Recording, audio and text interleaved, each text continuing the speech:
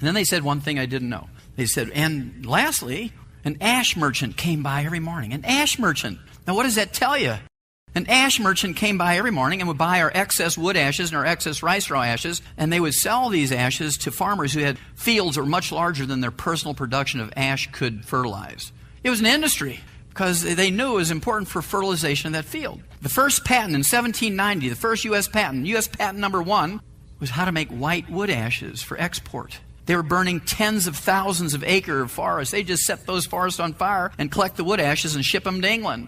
That's because England had burned every tree on the British Isles. They were forced to go to coal, which they hated because of the smoke and all that kind of stuff. And because they burnt every tree, they were forced to use coal as a fuel. But after the first 2 years of mining coal, the mines flooded with water, and the king formed what he called the Royal Society to find a way to pump the water out of the mines. And they came up with a steam engine to pump the water out of the mines. And that started the Industrial Revolution because they'd burnt every tree. And so they were using the wood ashes from America for their food and their garden fertilizer and cutting their salt with it. And all this information is in the book Hell's Kitchen, a lot of detail. Now here's a little different recipe for those of you who are sports fans. May 2001, Harold Stilson from Deerfield Beach, Florida, hits a hole-in-one at his 101st birthday. Went out to play golf on his 101st birthday, hits a hole-in-one, 108-yard par 3 hole. I mean, Tiger Woods hasn't hit a hole-in-one in I don't know how long. This was his sixth one. Now, you have to have good enough vision to see that stick holding up the flag at 108 yards. You got to have a good grip on the club, good eye-hand coordination. Hit that little banty chicken egg-sized ball into a teacup-sized hole 108 yards away in one whack. Wouldn't you rather have that lifestyle than being in a nursing home at age 85? Hooah! And you know he doesn't have Alzheimer's disease because he's color-coordinated. How many remember Art Linkletter? Okay, most of you are old enough to remember him. He wanted to live to be 100, and he was moved to want to live to be 100 by reading a Pulitzer Prize-winning novel by the title Lost Horizon. Many of you won't remember that title, but the author, James Hilton, the one who won the Pulitzer Prize for writing that novel, coined a term in that book, Lost Horizon, called Shangri-La. How many of you heard of the term Shangri-La? Sure, everybody remembers that one. It was a mythical place you could live to be 200-300 years of age if you followed their lifestyle, very clean-cut lifestyle. Everybody had their own little garden. They put wood ashes in, and they did all kinds of other stuff, as you're going to see in a minute. And this novel was actually written about real people called the Hunzas who live in what's now northern Pakistan. They were so famous for health and longevity. They were the longest lived and the healthiest people on earth. And so even the King of England sent his personal physician, one Sir Robert McCarrison, to go there for 4 years. Went there for 4 years to study how they lived so long and take the information back to the king. And Robert McCarrison was such a scientist, he brought 4,000 white rats with him. And he set up 1,000 rats on the Hunza diet, 1,000 rats on the New Delhi diet, and 1,000 rats on the English diet. Well, during that 4 years, the English rats died of the most horrible diseases, became cannibals and ate each other. And the New Delhi rats lived a little bit longer, but they didn't serve much any better. They had all diabetes and high blood pressure and all that, died of liver cancer. But the Hunza rats, they had to kill them at the end of the 4 years. It's time to leave. None of them died. It was wonderful. So he came back and he said, King, he says, I don't know what it is, but it has something to do with the diet. He told the king about the experiment he'd run. So he says, here's a list of everything the Hunzas eat. And the king ate exactly as the Hunzas ate, and the king died at 72. Well, Art Linkletter hired an eye doctor by the name of Alan Bannock to go to Hunza and find out what their secret was. Alan Bannock was an eye doctor, but he was also an amateur farmer, and he didn't know exactly what he was looking for, but he went and he wrote down everything. How they tied their turban, how many steps they took each day, how much they slept, how much water they drank, how much the volume of their pee, how many times they went to the number 2. And he said, I don't know, but Art, here's all the information, pick what you want. Of course, Alan Bannock's dead, and Art Linkletter just celebrated his 94th birthday on Larry King a couple of months ago. At any rate, to make a long story short, there's 2 things in this book that jump out at you. Number 1, they farm at 19,500-foot elevation. Their growing season is only 45 days. Now, the wheat and the corn and the rice we use, the growing season is 110 to 140 days. Can you grow those crops with a 45-day growing season? Nah. And so their total carbohydrate intake, because they couldn't grow rice and wheat as we know it, and corn and that sort of stuff, squash and things, their sum total of their carbohydrate intake was a little chapati bread the size of a silver dollar pancake, 1 per person per day. That was it. The rest of their diet consisted of goat meat, lamb, mutton, chickens, eggs, cheese, butter, maybe some tomatoes and some green peppers and onions and garlic. And so it was a very low carbohydrate, very high animal fat, very high animal protein diet. And we know from animal experiments that when you have a low carbohydrate diet, you can double and triple lifespans of animals if you give them all the nutrients. It's called undernutrition without malnutrition. You have to triple the vitamins and minerals and cut the carbohydrate intake by 2/3, and you'll triple their lifespan. Cut the carbohydrate intake, triple the vitamins and minerals, and we can triple their lifespan. It's that easy. And number 2, he noted in this book very clearly that they took their wood ashes every morning and mixed it in their garden. They cut their food with it and their salt with it. They put in their food as culinary ashes and cut their salt with it. Kind of like the Okinawans. Isn't that amazing?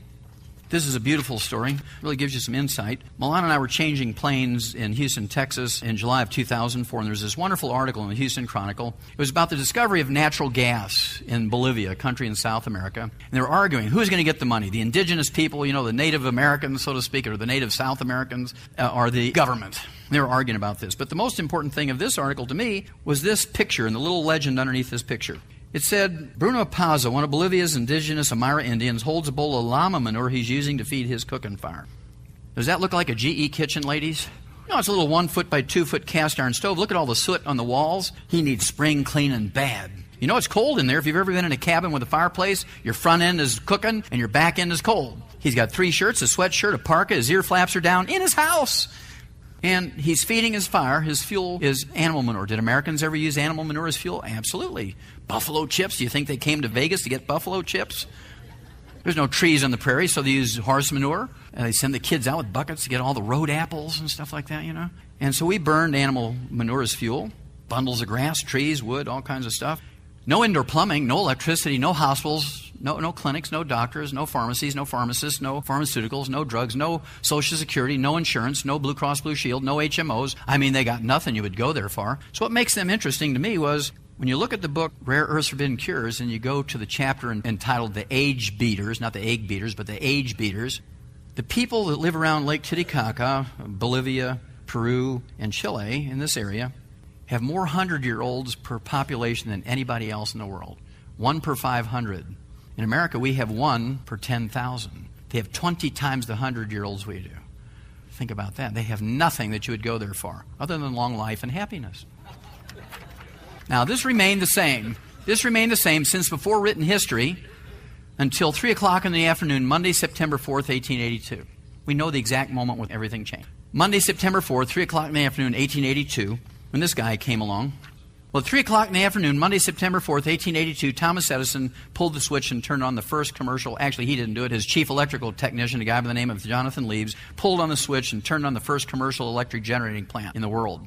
By 1909, there was no less than a dozen patented kitchen electrical appliances. The first one was a toaster, interestingly enough, then a skillet. There were rice cookers and crock pots and blenders and steam irons and all kinds of electrical appliances. By 1950, every city and every industrialized nation had completely given up wood as a fuel and had gone to electricity and propane and natural gas and liquid paraffin and kerosene and heating oils for heating and cooking. Here comes the most profound question you've ever had in your life, other than being proposed to, ladies. How many wood ashes are left over when you cook and heat with electricity and propane and liquid paraffin and natural gas? It's a numeral that looks like this and begins with a Z. 0! And there was no great gathering of doctors. There was no great gathering of doctors wringing their hands saying, oh my gosh, what are we going to do? People have been using wood ashes as a source of nutritional minerals since before written history. And now suddenly in the space of just 70 years, after thousands and thousands of years of using wood ashes and rice straw ashes and peat moss ashes as fertilizer and supplements in our food as culinary ashes and cutting our salt with it, in a 70-year period, just a little blip on the radar, it's gone. And nobody said, well, where are we going to get our minerals? Doctors didn't do that. They just, oh, this is exciting, electricity. Now we can get brighter lights in the surgery room. There was no congressional hearings. There was no Senate investigations. There was nothing going on. And now we're paying the price. Now we're paying the price. Because all the epidemics, which we're going to talk about here, of degenerative diseases are caused by mineral deficiencies. Here's another one of my favorites. Ralph Charles, back in October of 1999, turned 100. And nice little newspaper write-up on his 100th birthday. And the thing that was interesting to me was he was still piloting commercial charter flights at age 100.